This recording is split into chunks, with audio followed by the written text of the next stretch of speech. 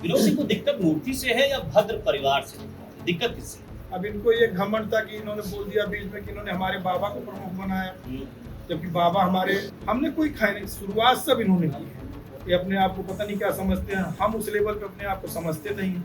इनकी अपनी खुद क्या हैसियत है। अच्छा, जैसे आप कह रहे हैं कि जनता सब कुछ है, हाँ, पत्र लिखे जो भी करें। पापा हमारे थे, हमें अच्छे से याद है, 98 की बात है, नवंबर है, इससे कुछ महीना रहा होगा, तब ये नहीं बना। बगल वाले कमरे संत ज्ञानेश्वर के लोग उनके पार मकान उनको मालिक धमकी देने तक चले गए थे।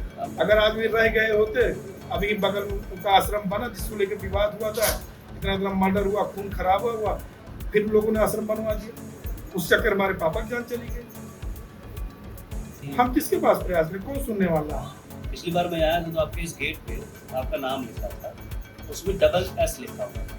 क्या वजह थी? आप तो बुकलेट नहीं है, लेकिन डबल S जोड़ने का क्या किसी ज्योतिषी ने बताया था क्या?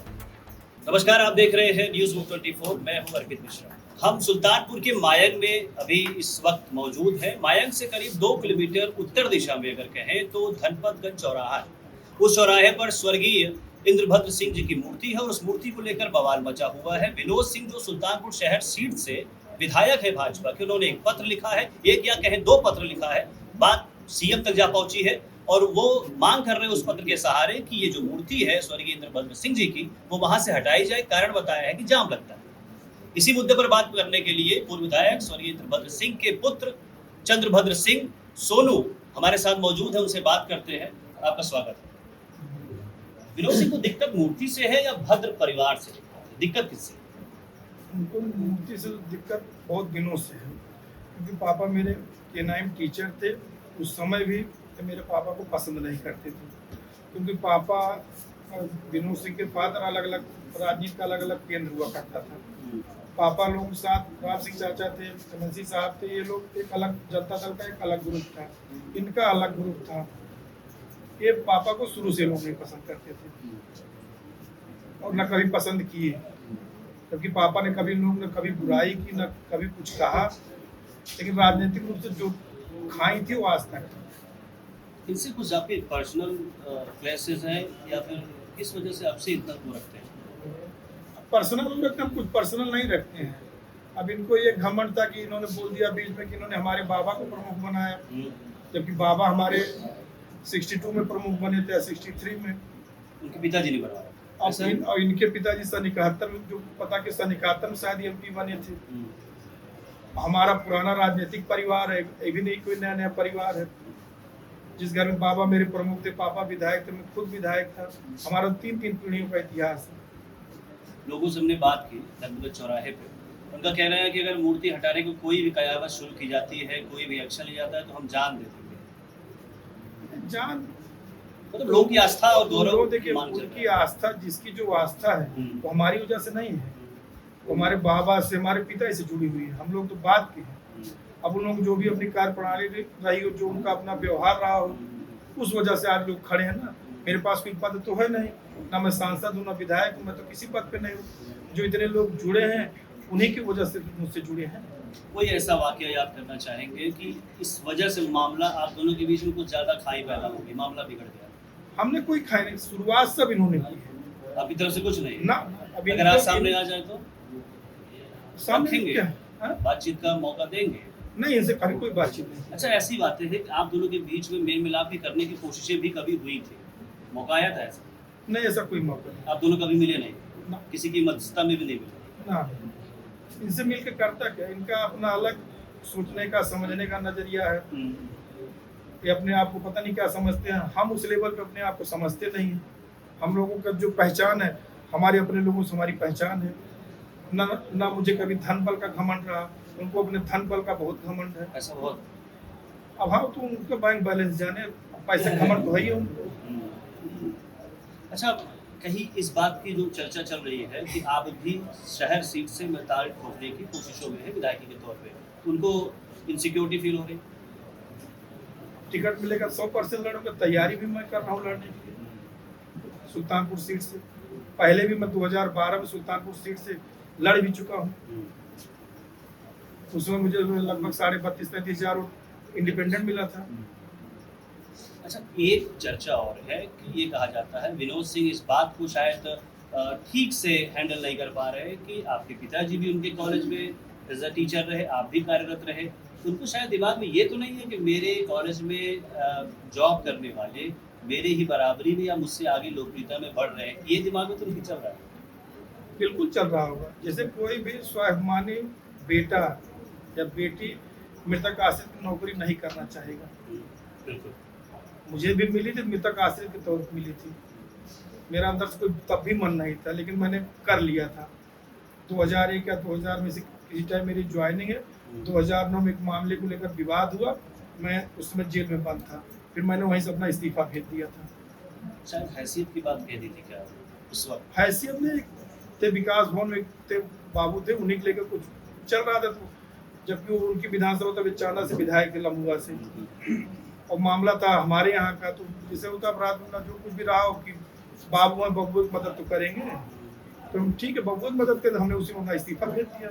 राजनीति में हर आदमी जनता होती है, जनता जिसके साथ वही नेता है, पैसा किसी नेता नहीं। अब इनका ये था, शासन प्रशासन के बोलते जिला पंचायत अध्यक्ष जीत लिए, प्रमुखी जीत लिए, इनकी अपनी खुद क्या हैसियत है। अच्छा, जैसे आप कह रहे हैं कि जनता सब कुछ है, तो जो पिछला चुनाव जीते वो जनता थी ना उनके साथ, कैसे जीते हो तो वही बता सकते। 1000 वोट क्या होता है?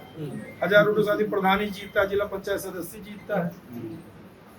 1000 वोट का विधायक में क्या माने? हम लोग भी विधायक लड़े हैं, हम एक बार 25,000 जीते, एक बार 5,000 से चुनाव लड़ा तो 50,000 वोट से जीता था। पापा लोग हमारे थे, 4 चुनाव लड़े, चारों चुनाव बाइक से लड़े। मतलब आप सोचिए, चारों चुनाव बाइक से लड़े। विधायक बाइक से लोगों तक जाता रहा। चारों चुनाव 89, 91, 93, 96 चारों चुनाव बाइक से लड़े। चाचा लोग बैठे, पूछिए, सब पुराने लोग पूछिए, चारों चुनाव बाइक से। अच्छा, जैसे सत्ता में है, सत्ताधारी दल के विधायक हैं, और अगर उनके तिकड़म में ये बात वो सफल कर ले जाते हैं कि मूर्ति हटा के रहेंगे, आपका क्या कदम, कोई प्लान है आपके दिमाग में? जनता के साथ, खुद के साथ कैसे निपटेंगे इससे? हमारे दिमाग में कोई प्लान नहीं। हट जाएगी मूर्ति? अब फिलहाल हटना तो नहीं चाहिए। देखिए, इनके भी हाथ में कुछ नहीं है, सारी चीजें मुख्यमंत्री जी के हाथ में, निर्णय मुख्यमंत्री जी लेंगे। उनको ज्यादा ज्ञान है, आजकल उसी के भरोसे जिसका टाइम था, हम विधायक थे तो हमको यूज किए, इस्तेमाल हो गए। अरे अब उन्हीं के नौकरी करता था, हमको यहाँ जरूरत वहाँ जरूरत है। एक अशोक शुक्ला भैया हैं, हम नंबर दे देंगे, आप उनसे पूछ लीजिएगा। एक केनाई हर चीज के पीछे से सब पड़े रहते थे। बाद में एमएलसी साहब आए तो उनसे अपना काम निकाल लिए, फिर अपना सत्ताधारियों से मिल के लालच देकर रुपया पैसा खर्च करके सबको मैनेज करते रहे हैं। अब खुद विधायक हैं, इसके पहले सुरभान चाचा विधायक थे, उनका भी सब कुछ ठीक कर दिए, उनका टिकट भी कट गया, अब ये आ गए। अच्छा, अपने समर्थकों को कुछ कहना चाहेंगे जो इस बात को लेकर आक्रोशित है, यहाँ अगर बुलडोजर दिखा तो आपको कुछ दिखाएंगे? देखिए, हम किसी प्रकार की आग नहीं लगा रहे हैं, ना हमें आग लगानी है। हम एक बार अपने पापा के ना रहने पर उनके नाम पे विधायक हुए, फिर मैंने दोबारा उनके नाम पे राजनीति नहीं की। अपनी ईमानदारी, अपनी मेहनत के बूते राजनीति की। सब लोग बड़े, बुजुर्ग लोग, सब लोग बड़े, किसी से आप पूछ सकते हैं जिस तरह से पापा ने ईमानदारी से, निष्ठा से, निश्चल भाव से राजनीति की। मैंने कभी पैसा नहीं देखा, ना कभी पैसे का लालच किया। आप तो कह रहे हैं कि आग नहीं लगाना चाहते, लेकिन आपके समर्थन में देवेंद्र प्रताप सिंह पत्र लिखते हैं और लिखते हैं कि भयावह स्थिति हो जाएगी अगर मूर्ति हटी तो। चाचा हमसे सीनियर, वो भी पापा के साथ रहे थे, पहली बार एमएलसी हुए तब पापा हमारे थे, हमें अच्छे से याद है। 98 की बात है, अक्टूबर नवंबर इससे कुछ महीना रहा होगा, तब ये नहीं बना। बगल वाले कमल देवेंद्र आए थे, उस समय समाजवादी पार्टी में थे, जब जीते थे तो आए थे पापा से मिलने, वही खाना खिला रहा था, मैं ही खाना खिला रहा था। उसी टाइम हमारी भी भेंट हुई थी। ये सही है। अब पापा के साथ ही तो बिल्कुल स्वाभाविक है, पार्टी अपनी जगह, लेकिन हाँ उनसे रिश्ता है, ठीक है, तो हमारे लिए खड़े भी रहे हैं। मतलब यहाँ तक आप जानिए, संत ज्ञानेश्वर के लोग उनके पार्वत मकान को उनको मारने की धमकी देने तक चले गए थे। आप उनको भी संत कहते हैं? अरे संत दुनिया कहती थी, हम भी संत कहते हैं। कितने बड़े संत है दुनिया जानती है।